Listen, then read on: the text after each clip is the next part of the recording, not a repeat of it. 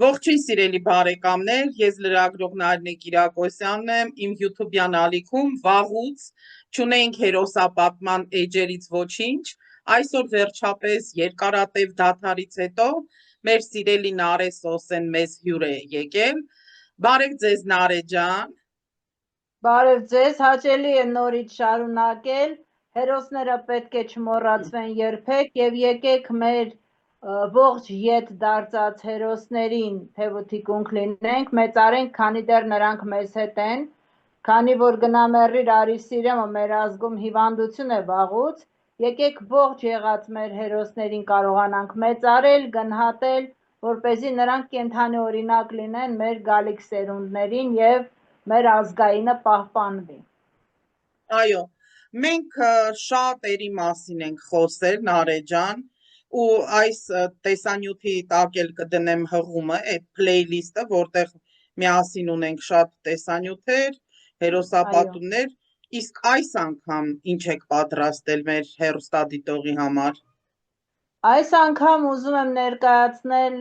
մի քիչ շեղվենք մեր բուն գծից, քանի որ իմ համար հերոսներ են ու տարբերություն չկա, նրանք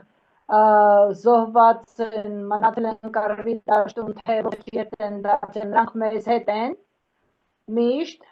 Այս անգամ մեր ողջ հետ եկած հերոսներից մեկի մասին եմ ուզում խոսենք, մարդու, որ մեր շարքերում առ այսօր պայքարում է 2 պատերազմի, 3 պատերազմի մասնակից տղայի, արժանի, շատ արժանի ազգային հերոսի մասին և խոսենք նրա մի փոքր ուղղակի ընդհանուր ներկայացնենք, նա մեր շարքերում են այսօր էլ պայքարում է դավաճաների դեմ, թուրքերի դեմ է կռիվ տվել փոքր տարիքից, շատ փոքր տարիքից և ուզում եմ, որ մեր ընկնդիրը լավ հասկանա, երբ նրան տեսնում է փողոցներում պայքարի ժամանակ, մի քիչ պատկերացում ունենա նաև նրա անցյալ ճանապարհից, քանի որ նա ինքը շատ համեստ մարդ է ու չի սիրում իր մասին ընդհանրապես խոսել։ Այսինքն մենք այսօր կենթանի հերոսի մասին ենք խոսելու։ Գևորգ Գևորգյանի։ Այո, խոսելու ենք Գևորգ Գևորգյանի, Հաբի Գևոյի մասին ու ուզում եմ, որ մեր ընկնդիրը մի քիչ տեղյակ լինի, թե ում և ինչի համար են մինչև այսօր մեզ հալածում, ինչի համար են ֆիդայիները այսօրվա մեր ապաշնոր և թուրքամետ կառավարության թշնամիները, հենց կոնկրետ։ Այո, ցավոք։ Նարե ջան, դա նորից քո ոճով, ոչինչ չէ, որ քոյով եմ ասում, դույով եմ խոսում։ Քո ոճով, գեղարվեստական ոճով ես ներկայացնելու։ Այո, որովհետև ուրեմն էլ հարց չեմ տա այդ ընթացքում եւ վերջում կտամ, որ հանկարծ քեզ չընդհատեմ, չխանգարեմ, մեր հեռուստադիտողներ չգնի, որ շատ ես խոսում։ Չէ, դու շատ երբեք չես խոսում, մենք էլ հին ընկերներ ենք, արդեն մարտական ուղի անցած։ Ստացվում է, այո։ Այո, թրծված, այնպես որ ասեմ, որ շատ լավ գործ է քո ձեռնարկած գործը, դեպ հերոսապատում այսօր չի հերիքում մեր երիտասարդներին, հենց այդ պատճառով էլ գեղարվեստական է։ Մեր սերունդներին, մեր երիտասարդ սերունդներին։ Այո, համամիտ եմ։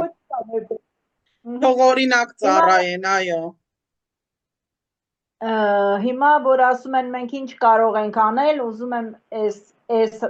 հերոսապատումներով ցույց տանք, որ մենք շատ բան կարող ենք անել ու շատ վաղ տարիքից կարող ենք անել։ Ես 16 տարեկանից, Գևորգը 18 տարեկանից, այնպես որ 17, 18, սկսած 13 տարեկանից էլ պատերազմի այդ ամբողջ ազգային շարժման մեջ, մի խոսքով շատ վաղ տարիքից, դպրոցական նստարանից դեռևս։ Հիմա կարող ենք անցնել արդեն բուն թեմային, եթե դեմ չես։ Իսկ վերջում արդեն կզրուցենք ամեն ինչի մասին։ Լսում եմ, համեցիր, Նարե ջան, ուշադիր լսելու եմ, որովհետև բոլոր հերոսապատումները շատ հետաքրքիր են, շատ ուսանելի են, դու շատ կենթանի լեզվով են, լրագրության ջիղը մեջդ կա էլի, գրիչդ լավն է։ Աշխատում եմ ըմբռնելի լինի մեր նոր սերնդին, հասկանալով, որ ընթերցանության այդքան էլ մեծ սեր չունեն, ուզում եմ գոնե ունկնդրեն, էլի, ուզում եմ գոնե այդ կենթանի լեգենդներին ճանաչեն, մեր փողոցներում քայլելուց տեսնեն ու ճանաչեն, որ տեսնում են իմանան ինչ ճանապարհ է անցել տվյալ մարդը։ Գնացինք։ Գնացինք։ Կենթանի հերոսի մասին է, դրա համար եմ այդ ձև։ Հա, հասկանալի է։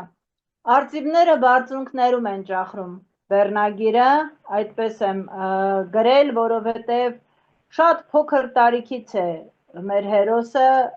սկսել իր մարտական ուղին, շատ փոքր տարիքից, 14 տարեկանից անդամագրվել է ՀԱԲ-ին, 14-15 չլրացած մարտադաշտ է մտել, մի խոսքով, գնացինք։ Ազգային անվտանգության կիսախաբար խոնավ կիսամութ փոքրիկ խուցերից մեկում խոժոռած արծվային հայացքը, վագրային կատաղությունը սեղմած ատամների արանքում մտամոլոր ճեմում էր միջահասակ միջին տարիքի սիրունատես մի տղամարդ, որի հայացքը հուշում էր այն մասին, որ մտքերով նա շատ հեռու էր, ու այդ բանտախուցը կամ այն կեղծ մեղադրանքը, որի պատճառով նա այդտեղ է, ամենևին էլ ամենաքիչն էր մտահոգում նրան։ Ով էր նա։ Ինչու էր ազգային անվտանգության խցում, որն էր նրա հանցանքը։ Հանցանքը, թերևս նրա միակ հանցանքը հայրենապաշտությունն էր ու չկոտրվելը։ 14 տարեկանից զենքը սիրած աղջկա տեղ գրկած պատանու համառությունը, որը չկոտրեց ոչ արտաքին թշնամին, 14 տարեկանում եւ ոչ էլ ներքին թշնամին, թուրքին մի քանի գրոշով ծախված կառավարությունը զավթածներ արդեն 50 տարեկանում բանտեցին։ Նա գնդապետ հետախույզ լեգենդար ֆիդային Գևորգ Գևորգյանն էր, որին բանտարկել էին միայն իր հայրենիքը վաճառած իշխանազավթ վարչապետին թշնամաբար նայելու համար։ Եթե հայացքը սպանել կարողանար, կամ ձեռքին մի չնչին հնարավորություն լիներ այդ պահին, նա ինձ կսպաներ, ասել էր վախից համհարզներով շրջապատված ազգադավ վարչապետ հռչակվածը, որը նաև իդեպ գերագույն գլխավոր հրամանատար էր իրեն հոր Ջորջում։ Ափսոս, որ եկեղեցում էինք, ափսոս, որ անհնար էր ատամների արանքից հազիվ լսելի նետել էր Գևորգը։ Հոգնեց քայլելուց, թե այդ ցմփոր կուսիկ դավաճանին հիշելուց, մոտեցավ լերկ նառին, նստեց, հենվեց պատին ու մտքերը նրան տարան անցյալ։ Տարան ետ այն ժամանակները, երբ պատվախնդրությունը շահապաշտությունից ավելի գին ուներ, երբ հայի համար արժեք էր հողը, ոչ թե փողը, երբ տղամարդկության հաստատում էր հայրենիք պաշտպանելը, ոչ թե հայրենիք վաճառելը։ Գևորգը ծնվել էր Երևանի սրտում։ Դեռ շատ փոքր էր, երբ շինարար հայրը, որին իր սուր խելք ու մտքի համար հարգում էին քաղաքում, նրան մարզման տարավ ասելով. քաղաքի տղան պիտի բախկոտ չլինի, իսկ ուժեղ կոփված լինելու դեպքում է դա միայն հնարավոր։ Արդեն 14 տարեկան էր, երբ սկսվեց Արցախյան ազատագրական շարժման պայքարը։ Երևանի օդն անգամ շիկացած էր հայրենասիրության ոգով։ Իսկ Ղարսեցու թոռան Անդրանիկի զինվորի Քյոսա Սաքոյի գենը կրող պատանու համար, ով մեծացել էր Երևանի կենտրոնում, բառացի ամբողջ օրը օպերայում Արցախ կոմիտեի շրջանայինի բակու օր ու գիշեր շրջանայինի բակում լինելը, հայրենասիր տղայի համար, ով մեծացել էր Ղարսի հերոսամարտի պատմություններով մեծերից լսելով ու անսահման ատել Եղեռնի հեղինակ թուրքերին անհնարին էր։ Հենց այդ օրերից մեկի ժամանակ Գառնանային մի գեղեցիկ օր նա հանդիպեց արդեն լեգենդ դարձած հրամանատարներից մեկին օպերայի բակում, ում մասին անսահման սիրով էին խոսում ամենուր, ում նկարը տեսել էր արդեն։ Գևորգը արդեն բավական հեղինակություններ իր տարեկիցների շրջանում եւ հայտնի էր որպես ճիշտը սիրող, ճիշտը պահող ուժեղ տղա, բայց նրան իր տարեկիցները հետաքրքիր չէին, նա ձգտում էր անվերջ մեծերի հետ շփվել, հատկապես ֆիդայինների։ Նրա համար իր մեծերից բազմիցս լսած Ղարսը ասոցացվում էր վտանգված Արցախով։ Եթե Արցախը հիմա կարողանանք ետ բերել, ուրեմն Ղարսն էլ հետո ետ կբերենք։ Մենք կկարողանանք տղամարդիկ ենք, չէ, բացատրում էր քրոջը։ Ու հենց ապրիլյան մի օր օպերայի բակում մոտեցավ լեգենդար Հաբիբ Ֆիդայական ջոկատի հրամանատար Ռազմիկ Վասիլյանին, որը իր ավտոմեքենայում մոտ կանգնած ծխում էր ու անհանգիստ ժամացույցին նայում։ Երևում էր, որ մարդ էր սպասում։ Բարևեց։ Ես գիտեմ, որ դու Հաբիբ Ռազն ես, հետավարի տկվեր։ Ուզում եմ դեռ խմբի հետ բռնի։ Վասիլյանը բարի ու տխուր ժպտաց։ Մի քիչ էլ մեծացի կտանեմ։ Անպայման կգաս, ապրես, որ այդքան քաջես։ Հիմա քո 2 տարիքի տղաները փախչում են կռվից։ Ես արդեն մեծ եմ։ Հորս հորեղբայրը Քյոսասաքոն իմ տարեկիցներ, երբ ֆիդայիների հետ գնաց Ղարսը պաշտպանելու։ Ես ինչով եմ պակաս նրանից, որ ես էլ եմ ուզում գալ Արցախ ազատագրելու։ Դու չտանես, ուրիշի հետ եմ գնալու, մեկի անպայման գնալու եմ։ Վասիլյանը ոտից գլուխ ուշադիր զննեց մարզված պատանուն։ Լավ, համոզեցիր, գիտես որտեղ է Արցախ կոմիտեն։ Վաղը լուսաբացին Արցախ կոմիտեի Բաքում եթե լինես, այս անգամ քեզ հետս կտանեմ Կորնիձոր, հետո կտեսնենք, մի 15 օր հաստատ կտևի։ Տնեցի գիտեն, կասեմ, ստեց պատանին։ Երեկոյան, երբ ընտանիքով հավաքվել էին սեղանի շուրջ, ու մի 2 ժամ լույս ունենալով լուրերն էին հեռուստացույցով դիտում, քննարկում օրվա անցուդարձը, քաղաքի իրավիճակը, Գևորգը զգույշ հարցրեց օրը. «Պապ, ինչ տարիքի տղերք են հիմնականում կռվողները»։ Դեռ կհասցնես տղես, մի քիչ էլ մեծացի, հիմա զենք զինամթերք ենք ուղարկում, որ տղերքը շատ չնեղվեն։ Գևորգը հասկացավ, որ չի ստանալու գնալու թույլտվություն, ամբողջ գիշեր չքնեց, մտքերով արդեն տղերքի հետ էր խրամատում, թեև քաղաքի տղան պատկերացում անգամ չուներ, թե արդեն մի քանի ժամ հետո որտեղ է հայտնվել։ Լույսը չբացված աննկատ դուրս եկավ տնից ու շնչակտուր վազեց դեպի իրենց տնից շատ քիչ հեռու Արցախ կոմիտեի շենքի դիմացի այգի։ Հրամանատար Վասիլյանը նայեց տղային ու ժպտաց. «Հիմա ինչ, գալիս ես»։ «Իհարկե գալիս եմ» ու տղերքի հետ մեկնեց Կորնիձոր, Հաբի Գևը։ Երևանի կենտրոնում մեծացած տղան հենց առաջին պահից սիրեց սարերը, թեև հենց սկզբից հասկացավ, որ այստեղ շատ բարդ է լինելու։ Բայց արևելյան մարտարվեստ սերտելը 7 տարեկանից նրան սովորեցնել է լինել ճկուն ու ցանկացած իրավիճակում փնտրել ու գտնել մի քանի ելք ու երբեք չհանձնվել։ Հենց այդ պատճառով էլ շատ արագ Գևորգը դարձավ յուրային խմբում։ Մարտերը հիմնականում ինտենսիվ էր ու հեռահար էր, ուստի 15 օրը մեկ հերթափոխով էր ջոկատը դիրքերում մնում։ Երբ 2 շաբաթ անց տուն վերադարձավ, տնեցիները, որ գտել էին անկողնու վրա թողած երկտողը, ես գնացի կռիվ կգամ կխոսենք, դիմավորեցին լուռ վախվորած հպարտ հանդիմանությամբ։ Քո տեղը հիմա դպրոցում է, տղա, ախր քո ինչ տարիքն է։ Հեսա հերդ տուն գա, պինդ գրկեց մայրը, որի հոգում այդ պահին մշեցու հպարտությունը մինուճար որդուն կորցնելու մայրական վախը դաժան մենամարտում էին։ Գևորգը չպատասխանեց ոչինչ, ուղղակի գրկեց մորը, ամեն ինչ լավ է լինելու, մամ, ես մեծ եմ արդեն։ Մայրը ձեռքը թափ տվեց ու հեծկլտոցը խեղդելով, գնամ մի բան սարքեմ, սոված կլինես, գնաց խոհանոց։ Հայրը տուն եկավ բավականին ուշ, դռների մոտ նրան ինչպես միշտ դիմավորեց մայրը։ Սաշ, Գևորգը տանն է, խնդրում եմ, երեխուն շատ չնեղացնես։ Ու մեղմ զինաթափող հայացքը հառեց ամուսնուն։ Չնեղացնեմ, խոժոռվեց Ալեքսանդրը։ Երեխուն, խոր շունչ քաշեց։ Այդ տղա Գևորգ մի հատ արտենանք, ինչ կա չկային կողմերը։ Որոտած Գևորգը դուրս եկավ իր սենյակից մեծավարի լուռ, հորը կրկնօրինակելու ձևով կանգնեց դեմը, մի պահ հայացքով լուռ իրար նայեցին հայր ու որդի, ինչպես առաջին որսից հետո առույցն ու կորյունը, ապա Գևորգը խոսեց. Ես արդեն մեծ եմ, ինչ էլ որ անես, մեկ է գնալու եմ։ Բա թողնեմ թուրքը հասնեմ մեր տուն, եթե ես չէ, բա ով։ Հայրը գրկեց տղային ու լռեց, երբ երկուսն էլ ուշքի եկան, հայրը ասաց. Դե արի տեսնեմ ինչ կա չկա, ինչ արիք չարիք։ Ես Արցախ կոմիտեում եմ ամենազատ պահս, գիտես։ Գիտեմ, որ Վասիլյանն ինձ հետ Կորնիձոր ես գնացել, ճիշտ, տղա է Ռազը։ Դրա համար չկարողացա բարկանալ վրեդ, բայց Գևորգ, խրամատը ռինգ չէ, զգույշ կլինես։ Ես արդեն բավականին լավ եմ հասկանում ձենք է լեզուն պապ, հանգիստ տեղի, ողջ կգամ, մեծավարի էտետերքը, շուտ մեծացար հառաչեց հայրը ու գրկեց կրթքին սեղմեց տղայի գլուխը,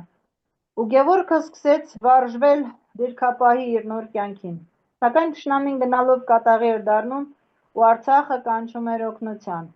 հաբի հերթական ժողովի ժամանակ Վասիլյանն ասաց, տղեկ, ես մեկնում եմ Արցախ, բայց ոչ ոքի չեմ պարտադրում, որովհետև այնտեղ շատ վտանգավոր է, հիմա ցուցակագրենք նրանց, ովքեր գալիս են, որ առավոտյան լուսաբացին ինչպես միշտ պոկվենք Ստեփանակերտ, ես հաստատ գիտեմ, ես հաստատ գալիս եմ, տեղից արագ ծարծ եղավ Գևորգը, չասես չհրամանատար, մեկ է գալու եմ, ավելի լավ է քեզ հետ գամ, դե ես այդպես էլ գիտեի, խոր հոգուց քաշեց Սռազը, այ տղա, դու ես ինչ երևույթ ես, կարծում էի թե էլ չես գա,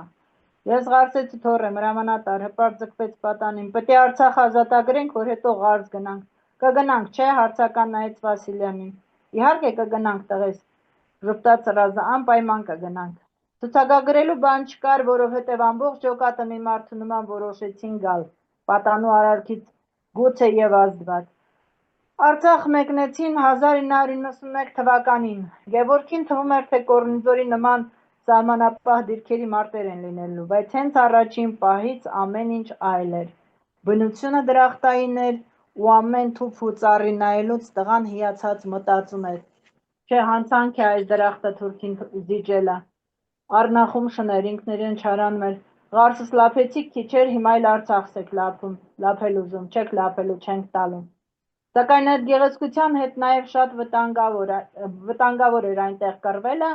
որովհետև ամեն քար ու թուփի տակից ամեն պահի անսպասելի կարող էր հայտնվել զինված թշնամի, ուստի պիտի միշտ աչալուրջ լինես ու պատրաստ, օրերն անցնում էին ու արկածասեր տղան օր-օրի ավելի էր սիրահարվում այդ գողտրիկ լեռնաշխարհին, առաջին հետախուզական փորձը ձեռք բերեց հետաքրքրասիրությունից, գնաց հետախուզության գնացածների հետևից ու մինչ հիացած 4 կողմն էր ուսումնասիրում, կորցրեց տեսադաշտից մարտնկերներին, ուղղությունը որտեղից եկել էին, հիշում էր, ի վերջո արդեն մոտ 1 տարի էր, ինչ մարտադաշտում էր,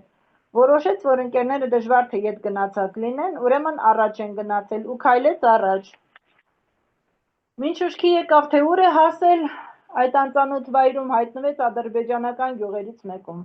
հասկանալով, որ մահից կես քայլ է հեռու, ցեղքսեց դեմքին շորերին, ձևացավ լալ ու մինչև ետ էր քայլում նկատեց ոչ այնքան լավ քողարկված թշնամու զինամթերքը,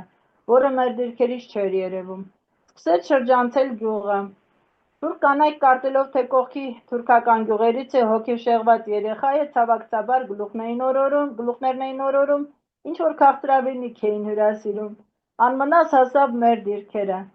ինձ կանչել են ետ, Երևան, տխուր ասաց Վասիլյանը, Վազգենն իրեն դրել է թագավորի տեղ ու տեղերքին է նեղացնում, հայրենիքի պաշտպաններին, երկիր պահողին նեղացնել չի կարելի, հասկանում եք, Վազգեն երասխից հետո իսկական խրամատ տեսար չկա, բայց իրեն զորավարի տեղ է դրել մեր հաշվին, մի խոսքով ես էդ չստացված կերպարի երեսին ասել եմ թե ինքը ով է իրականում, ու հնարավոր է ինձ բանտարկեն, հիմա Երևանում Վլաստեն, չէ, ինքը Ալկաշվանոն, Քորլևոնը, եթե կուզես, ինձ հետ արի գնանք տուն, չէ ես մնում եմ, կռվելու եմ, տխուր ասաց Գևորգը, ուրեմն ծանոթացիր, Ֆելոն է, նրան կարող ես վստահել այնպես, ինչպես ինձ, մեր տղա, ասում են վախ չունես, խոշոր ձեռքը տղային մեկնեց Գզողյանը, մենակ հիմարները վախ չունեն, շեղ ժպտաց Գևորգը, ուղղակի Արևելյան մարտարվեստը մի իմաստուն բան է սովորեցրել, որ պետք է հաղթել կարողանաս վախիդ, ռիսկը միշտ հաղթանակի կեսն է, պահ, կանող մեծացար մեր տղա ծիծաղեց Ֆելոն, ապա դիմեց Վասիլյանին, հանգիստ տեղի ախպեր, իմ հետ կլինի, ու Գևորգը մնաց կռվելու, Երևան հազվադեպ էր գալիս, երբ զենք բերելու էին գալիս տղերքը ու Երևան հասնելուն պես թվում էր, թե եթե արագ ետ չգնա, Արցախը առանց իրեն չի դիմանա, մեծերը սիրում էին իրենց ճարպկության ու անվախության, նաև համառության համար իրեն, լեգենդար կամանդոսն ասում էր, եթե մի բան Գևի մտքին դրեց, անհնարին է, որ չանի, պատերազմից եկավ ետ հաղթանակած ու ընդամենը 19 տարեկան էր, դժվար էր ինտեգրվել կրկին քաղաքի կյանքին, ու քանի որ նոր բանակը կազմավորված էր, ուստի չմնաց բանակում, հետախուզի արդեն բավականին հմուտ հետախուզի աչքից չվրիպեց, որ տղերքը, այն տղերքը, որը 10 հոգով 100 դեմ են ելնում, մի տեսակ թուլացել էին, թող կյանքով էին մեծամասնությամբ ապրում, անպատիժ էին, ինչ խելքներին փչի սրտներն ուզի, տարիներն անցնում էին, իսկ տղերքը դառնում էին մի տեսակ օտարակերպ, պիդայու պահվածքին ոչ վայել, տեղական ռեկետներ։ Տեսնելով, որ այս իրավիճակում իր համբերությունը երկար չի հերիքի, Գևորգը լքեց հայրենիքը ու մեկնեց Ռուսաստան։ Շուրջ 10 տարի հայրենիք չվերադարձավ։ Եկավ 1990 թվականին ողբերգական դեպքերից հետո, երբ Ազգենը սպանված էր, հաբը վաղուց արդեն տրոհված էր մասերի, ռազը վաղուց չկար, անցավ խաղաղ բնականոն կյանքի, արևելյան մարտարվեստների հիմքերի վրա բացեց հայկական մարմնամարզության, հայկական մշակույթի համախառն և կոփման դպրոց, որը որ իր մեջ ներառում էր նարեկաբանություն, մարմնական կոփվածության և մշակույթի միաժամանակ, մարտադահլիճ ու ընտանիք կազմեց։ Աղջիկների ուշադրության կենտրոնման վերջ լինելով Գևորգը երկրպագուների խնդիր չուներ, ուստի և ընտրություն կատարելու ևս։ Իր պատկերացրած հայ աղջկա կերպարը գտավ, ընտանիք կազմեց, աղջիկ ունեցավ, որին Անի անվանեց, ու շատ վաղ կյանքի թոհուբոհի մեջ հայտնված տղամարդը կարծես ինքն իրեն սահմանափակեց ընտանիքի հոգսերով, աշխատանք, տուն, խաղաղ կյանք։ Բայց հայրենիքի սերը մրցակցություն չի սիրում, ու իր նվիրյալների համար մնում է միշտ միակ սերը, անկրկնելին։ Մարտունակությունն ու շվայտություն սահմանները կորցրած ազատամարտիկների իշխանությունից հոգնած ժողովուրդը խաբվեց դավաճան մի թուրքապաշտ խմբակի հեքիաթներին և օգնեց իշխանափոխություն անել երկրում։ Գևորգ չմասնակցեց բանակից փախածից ինչ գերագույն գլխավոր հրամանատար, ասաց ընկերներին և շատ շատերի համար դարձավ այդ ժամանակ անընդունելի կերպար, ինչպես բոլոր ճիշտ ֆիդայիները, քանի որ այդ ժամանակ կարծում էին, որ փրկիչ են գտել։ Դրան հետևեց թշնամու արագ արձագանքը ու հակահարձակումը Արցախի վրա, այսինքն 44-օրյա հիշաչար պատերազմը։ Առաջին իսկ օրից 9 ընկերներից մի քանիսի հետ Գևորգը ևս մեկնեց Արցախ։ Կամանդիր, մի տեսակ շատ ենք կապներս, մեկնեց Արցախ, պաշտպանելու իր Արցախը։ Հաղթանակելու սովոր ֆիդայիները Արցախում բախվեցին հրամանկազմի անգործնեությանը, դավաճանական քայլերին, սակայն շարունակեցին կռիվ տալ։ Գևորգը անցավ հետախուզական իր գործողություններին, ինչին որ սովոր էր։ Ամեն անգամ հասկանալով, որ բախվում է ինչ-որ անարդարության հետ և իր բերած տեղեկությունները թշնամու թիկունքից բացարձակապես չեն ծառայում նպատակին։ Սակայն Գևորգը մնացածների նման չէր, նա չէր կարող լուռ կուլ տալ վիրավորանքը, ցեղ շպրտաց իր ինքնասիրության վրա և մարտնչեց մինչև վերջ։ Ստեփանակերտում էր արդեն, օգնության էին գնացել, երբ իմացավ, որ Հադրութը ընկավ։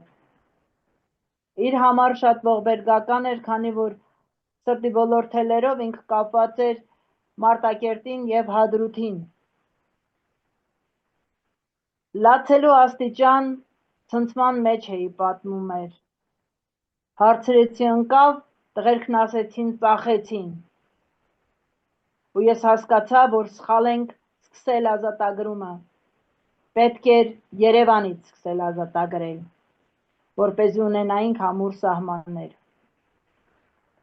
Վերադարձան Երևան, մինչև վերջ համոզված լինելով, որ դեռ կկարողանան անցնել հակահարձակման։ Առաջին անգամ չէր, Դրըմբոնում արդեն տեսել էր այդ իրավիճակը, ամեն նահանջ դեռ պարտություն չէր և մինչև վերջին ֆիդայիները հույս ունեին, որ կստանան հրաման և կանցնեն հակահարձակման, քանի որ դրա համար ունեին բավականին զենք, զինամթերք, ցանկություն կռվելու ու կռվում էին 18 տարեկան երեխաներին, վարակելով իրենց մարտական պատմություններով, իրենց խիզախությամբ և ոգեշնչելով նրանց իրենց իսկ կերպարով։ Բայց գերագույն գլխավոր հրամանատարը, այսպես ասենք, մեղմ թուրք էր ու Արցախը վաճառեցին ու սկսեց կրկին հալածանքները, սկսեցին սահմանափակումները, Երևան վերադառնալով, չկարողանալով զսպել ներքին զայրույթը, անցավ քաղաքական ընդվզման ու սկսեցին հալածել, սկսեցին փակել մարտարվեստի դպրոցը, անցան ավելի կոպիտ քայլերի, քանի որ կանգ չէր առնում, հարցաքննություններ, դատական գործեր կարել, սակայն դավաճանների դեմ անձնուրաց պայքարը նրա երակների մեջ էր և Գևորգը կանգ չառավ։ Իր հայ ազգային ճակատով, որը հասարակական կազմակերպություն էր, նա անցավ քաղաքական պայքարի, զինակից ընկերներին հասկացնելով, որ երկիրը զավթված է դավաճանների կողմից ու հարկավոր է Երևանը ազատագրել։ Այդ պայքարի ճանապարհին փլուզվեց նաև նրա ընտանիքը, Գևորգը հեռացավ, ինչպես հեռանում են ֆիդայիները, հպարտ, մեծահոգաբար, զիջելով ամեն ինչ, առանց մեղադրանքների։ Պաշտպանելու տարիների սովորություն դարձած նրա հոգատարությունը իր դստեր ծնած կնոջ հանդեպ Գևորգին թված սերտաճել էր սիրուն։ Կապվածությունը կնոջ, կարոտը դստեր հանդեպ Գևորգին պարփակեցին իր մեջ, դարձրեցին ինքնամփոփ, առանց այդ էլ հետախուզին բնորոշ ոչ ոքի մի վստահի անգամ ինքդ քեզ համոզմունքը կար։ Դրան հաջորդեց կնոջ հարվածը թիկունքից, բամբասանքներ և այլն, սակայն իր կյանքի ամենածանր ժամանակահատվածում նրան կարողացավ պահել բնածին գենետիկ ֆիդայական ավյունը և աղոթքը առ Աստված։ Եկեղեցին դարձավ նրա փրկությունը։ Նրա հավատքը, նրա վստահությունը, որ Աստված ինչ էլ որ լինի, հայերին թույլ չի տա կործանվելու, որովհետև մենք ընտրյալ ազգ ենք, թույլ չտվեց, որ նա վերջնականապես փշրվի։ Բայց տառապելու ժամանակ չկար։ Ֆիդայինը իր կյանքում մեկ անգամ է ամուսնանում իր զենքի հետ ու մեկ սեր է ունենում հող հայրենին։ Մնացյալը բնական պահանջ է, ասում էր, կարիքներ հոգալու միջոց, ու իր հայրենիքը դավաճանված, վաճառված, բզկտված, կրկին իր կարիքը ուներ, ու երդվյալ մահապարտը չէր կարող իրեն թույլ տալ նման շքեղություն, տառապել իրեն մատնած կնոջ սիրոց կամ իր հոգու ցավը հայրենիքի ցավից գերադասելու։ Նա իր հայրենիքի զինվորն էր ու հիմա Երևանում էր, իշխանությունը զավթած թուրքերի դրածո մի ստահակ, որից հարկ էր մաքրել Երևանը։ Ներքին թշնամիները ակտիվանում էին, դավաճանները զավթել էին հայոց հաղթողների գահը ու բոլոր զտարյուն ֆիդայիների նման հարկավոր էր համախմբել ու հարկավոր էր պայքարել։ Գևորգը սկսեց իր շուրջը համախմբել մարտական ընկերներին, որով էլ հենց առաջացրեց վախ, զայրույթ իշխողների կողմից և սկսեցին հնարավորին բոլոր ձևերը օգտագործել, որպեսզի կանգ առնի։ Սակայն նա շարունակում էր պայքարը։ Հենց այդ պայքարի ճանապարհներից մեկի խաչմերուկում Սուրբ Աննա եկեղեցու Ծաղկազարդի տոնին պատահաբար խաչվեցին նրանց հայացքները։ Ազգադավ Նիկոլի ու Հաբի Գևի ու ազգադավ ազգադավը լեգենդար հետախույզի արծվային հայացքից սարսափեց, ահա թե ինչպես էր հայտնվել ճաղերի հետևում։ Օգնեց երևի հուշերից, պառկեց չոր տախտակեն առին ու հազիվ էր աչք փակել, երբ երկաթե դուռը ծանր ճառաց ու լսվեց ոստիկանի ձայնը։ Գևորգյան, գնացինք, դատապաշտպանիդ հաջողվեց քեզ գրավի դիմաց ազատ արձակել։ Արդեն դրսում դատապաշտպանին խոժոռ դեմքով հարցրեց. Ինչի, ինչքան էին ուզում։ Կարևորը հիմա ազատության մեջ ես։ Հարկավոր է 44 օրյա պատերազմի հետաքննող հանձնաժողովից բացատրություն պահանջել։ Ինչու պարտվեցինք, ախր լավ էինք կռվում, վիճակներս լավ էր։ Դավաճանեց հենց գերագույն գլխավոր հրամանատարը, իրեն հռչակած Նիկոլ Փաշիևը։ Պատասխան են տալու այդ դավաճան շները, հատ պատասխան են տալու, չարացած ատամների արանքից մռնչաց վիրավոր գազանի նման։ Չէ, դու անուղղելի ես, հառաչեց ժպտալով դատապաշտպանը։ Դուք ֆիդայներ դե ինչ սորտ եք արա։ Մենք ֆիդայներս պարզապես հողի արժեքը գիտենք, որովհետև այն մեր արյունով ենք ջրում։ Հոգուց քաշեց 50-ամյա հայդուկը ու քայլեց առաջ։ Ես կանգ չեմ առնելու, տղերքին ասեք, որ մենք անպայման գնալու ենք մինչև վերջ ու անպայման նորից հաղթելու ենք։ Գևորգ Գևորգյան։ Ինչ հետաքրքիր էր, հիմա կարելի է խոսել արդեն։ Անպայման, հիմա սպասում եմ բոլոր հարցերին։ Նարեկ ջան, նախ ուզում եմ շնորհակալություն հայտնել, որովհետև դու դեռ ձեռագիր ես կարդում, ուզում եմ մաղթեմ առաջին հերթին, որ երբևիցե դա տպվի, ամբողջ քո շարքը։ Հիշեցնեմ նաև, որ մեր հեռուստադիտողները կարող են իմ ալիքում գրական էջեր փլեյլիստում կարդալ տարբեր հերոսապատումներ, որոնք գրել է Նարե Սոսեն, եւ այդ հերոսապատումների մեջ դուք կարող եք իմանալ օրինակ վերնագիրը, հիշեցնեմ, Կուբատլուի արծիվը, Տարոն Անդրեասյանի մասին, մյուսը Ես իմ մեծ սերը չեմ տա թշնամուն վերնագրով Ռոստի մասին, կամ բոլորին հայտնի Դավիթ Արուշանյանի հերոսապատումը Արեգասարի երկաթի ձիավորը եւ Անդրանիկ Հայրյանի մասին Կյանքս կյանքիդ դիմաց հերոսապատումները, այդ ամբողջը մենք Նարե Սոսեի հետ երևի 1 տարի առաջ չէ սկսեցինք։ Հա, դու իրականում շատ մեծ գործ ես անում ու իսկականից սրտանց եմ ասում, թող դիտողները չհամարեն, որ մենք 9 մարտական ընկերներ ենք, դրա համար եմ գոհ, իրականում շատ արժեքավոր գործ ես անում, որովհետև մեր զենքը հոգին է, սիրտն ու գրիչը, ամենակարևորը։ Ասեմ, որ այդ զենքից այժմյան այդ գրիչը կորցրածները ավելի շատ են վախենում այս պահին, քան թե իրական զենքից, ու ամենաշատը, որ այս պահին թույլատրություն իհարկե ես սահմանափակումներ ունեմ, քանի որ այդ մալալետկա ճակետավոր դրվազների ցանկում եմ նաև, ես եմ նաև այդ ծեր ցուցակում չհայերի,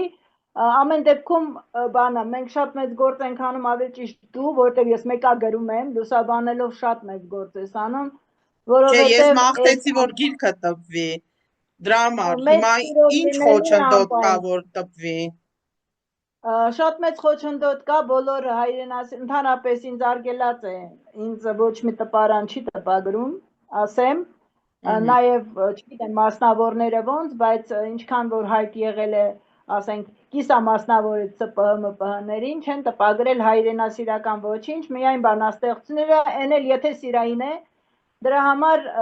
ես մի քանի անգամ դիմել եմ, հետո որոշել եմ, որ հենց վերջանա այս թուրքախունտայի իրավիճակը, կշարունակենք խրամատից այս կողմ ես ունեի առաջին գիրքը հրապարակվել էր 15 թվականին, հոյակապ մեծ շնորհանդես է եղել, կա գրադարաններում, գրախանութներում չկա վաղուց, գրադարաններում կա, ու պետք է շարունակվեր, որտեղ դա մեր երկրապահի տղաների մասին էր, ողջ հետ եկած, խրամատից այս կողմ, 12-ը գրել էինք, կար երկրորդը պատրաստ, պետությունը ֆինանսավորում էր, բայց Նիկոլենք հենց եկան Թավիշից հետո, դե քանի որ ֆիդայիները իրենց համար թշնամի մեր պետական համալսարանից ամբիոններ են հանում, նույնիսկ ամբողջ համալսարանական այդ ակադեմիական քաղաք սարքելու համար ուզում են մեր հին ակադեմիական քաղաքը փլուզեն, ինչ պահանջենք։ Ոչ թե թուրքերը, Հաջիևին Դիլիջան բերելուց ավելի լավ են իրանք իրանց Նարեջան, ես Գևորգյանի համար ուզում եմ, եթե թույլ կտաս մի քանի շատ կարճ բան, երբ որ դու կարդում էիր, քանի որ ես էլ եմ այդ ամեն ինչը պատկերացնում, որովհետև մենք նույն սերնդի մարդիկ ենք, առաջին ազատամարտը, հիմա ինչ ենք տեսնում, այնքան ազնիվ էիր նկարագրել, ես չգիտեմ Գևորգը իսկապես այդքան բաց ուզում էր դու ներկայացնեիր, թե չէ, բայց 100%, նույնիսկ 99% չէ, կգտնվեն ազատամարտիկներ, որ դեռ կենդանի են, ու այդ տղաների կյանքը այնքան նման է Գևորգի, որ ընտանիքներ են փլվում, ու դու նկարագրել ես այն ամեն ինչը ճիշտ է, կարճ, կոնկրետ պատմվածքի նման, ինքնակենսագրական չէ, դու իրա ինքնակենսագրականն ես գրում, դա էլ երևի գրական դաշտում ինչ-որ մի նոր անվանում պետք է ունենա, թեկուզ մենք հերոսապատում ենք դա անվանել, և շատերը սրտով, հոգով, նվիրվելով իրենց հայրենիքի ազատագրմանը, հիմա չեն կարողանում համակերպվեն, որ երբ որ գնում էին Արցախը ազատագրելու մտքով գնում էին Կարսը, Մուշը, դու դա գրել ես, ու քեզ ասեմ, ես երեք նաև մեկ ուղիղ եթերներ եմ անում, համեմատություն արեցի հույների հետ, այս ինչ մենք ազգ ենք, ու այդ ահավորը, չգիտես թե ինչի հեռատես չենք, ու ուրիշների ձեռքով դու նկատեցիր գերրագույն եմ ասում, գերրագույն մեր եթիմը, եթիմ առաջինը, կամ հետում են ասում, բայց ես ասում եմ եթիմ, ուրիշ բան չկա, դժբախտացրեց կամ փորձում է մեզ դժբախտացրել, արմատախիլ անել, բոլոր ուրեմն ազգայինը ջնջելով, բոլոր նույնիսկ պետությունը ուզում է, փորձում է, մենք դեռ դիմակայում ենք, շատերը զոհվեցին, ու այդ զոհվածներին էլ մի հատ էլ ասում է փառք զոհվածներին, էլի անամոթաբար,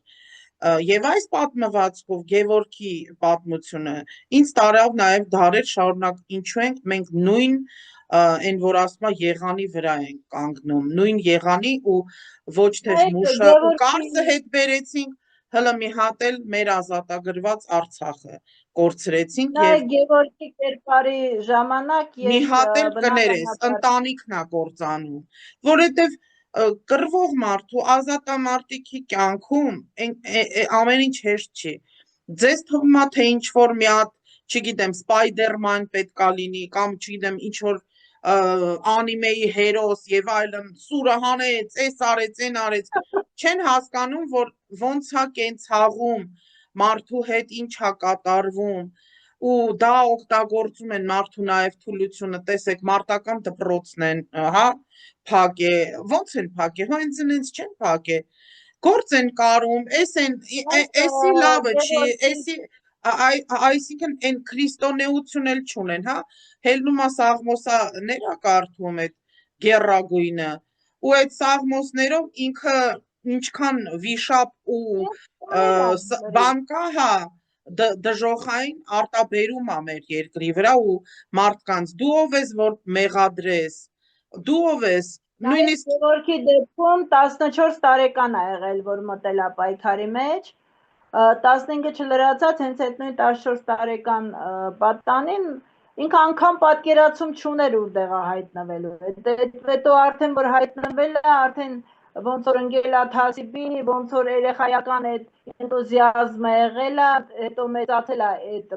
պատմությունների տակ, ինքը պապի, հոր եւ այլն, ու ինքը այլևս հետո իր բնավորության համաձայն ես իրեն բավականին շատ այդտեղ ինքը մարտական կյանքը տանելով մեծացել է, հա, դրա համար իր համար ասենք շատ խորթ է եղել, ինքը չի կարողացել համակերպի այն ամեն ինչը որ ետ պատերազմը բերել էր, իրան թվում էր բոլորը պետք է գնային գաղափարների հետևից, բոլոր չէ որ բոլոր կռված տղաներն էլ են տարբեր, մեզ բոլորիս մի որ ասում պատմու գրքում բոլորիս մի թասի մեջ են փորձում տեղավորել, բայց բոլորիս հոգեբանությունը տարբեր է, չէ՞, մեկս գաղափարական կռիվ ենք տալիս, մեկս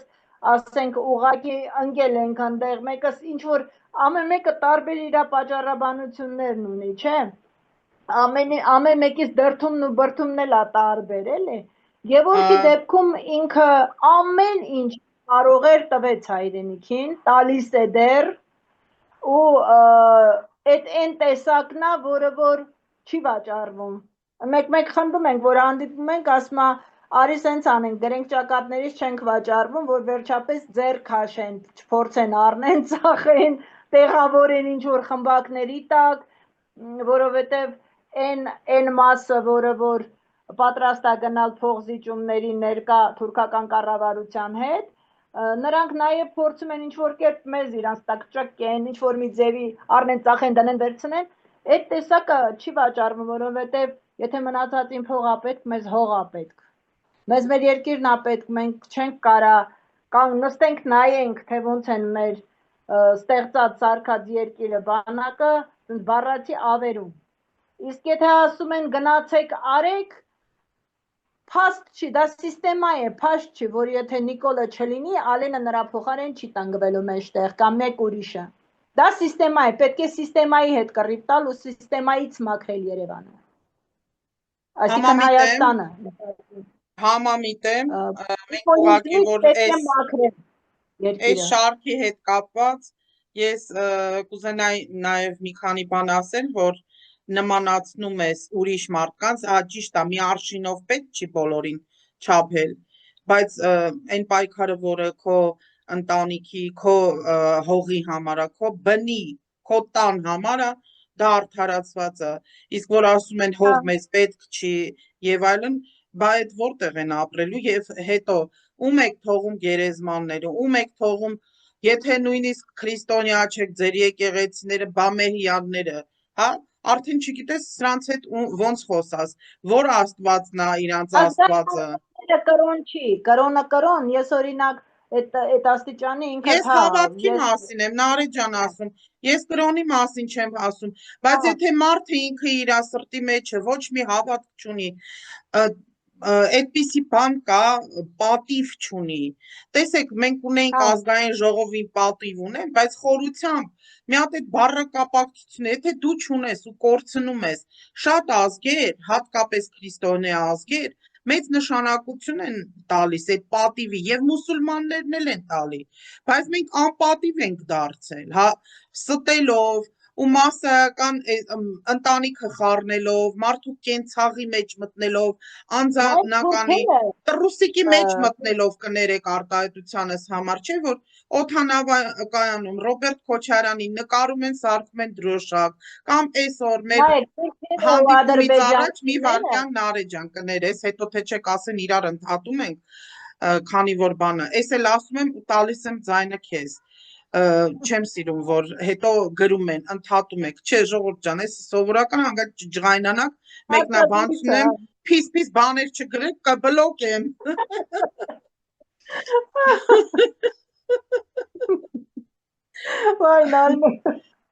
Թող այս մեր շարքը, որ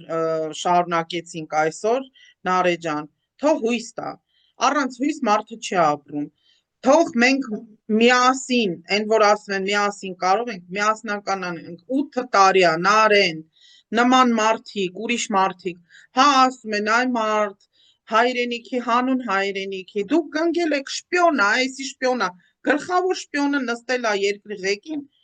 ու մարդիկ, որոնք գնում են այսօրվա դրությամբ իբր ձեն են տալիս, չեն է կարողանում բացատրեն ում են ձեն տվել։ Մի հատ էլ ասում են թուրքի հետ լավ ապրում ենք։ Ժողովուրդ ջան, թուրքը չի մեղավոր, դուք եք տալի, թուրքը այդքան չի ուզում, ինչքան դուք եք տալի։ Դուք Նիկոլի հետ, Նիկոլն էլ այդքան չի ասում, Նիկոլը ամբողջ կյանք հենա Նարեն վկա, մեր ուսանող տարիներից ժուրնալիստիկայի ֆակուլտետից, ով մի քիչ առնչվել է, բոլորը գիտեն, որ ինքը բլեյանական այդ ճղով գնալու է, ասում ադրբեջանցի նույն հայնա, նույն ճակատագիրը ունենք ախպեր, ինչ ադրբեջանցի։ Եթե մենք էթնիկական խմբի մասն ենք ասում, խոսենք, որ պարսկական ազերիների մասն է, չէ,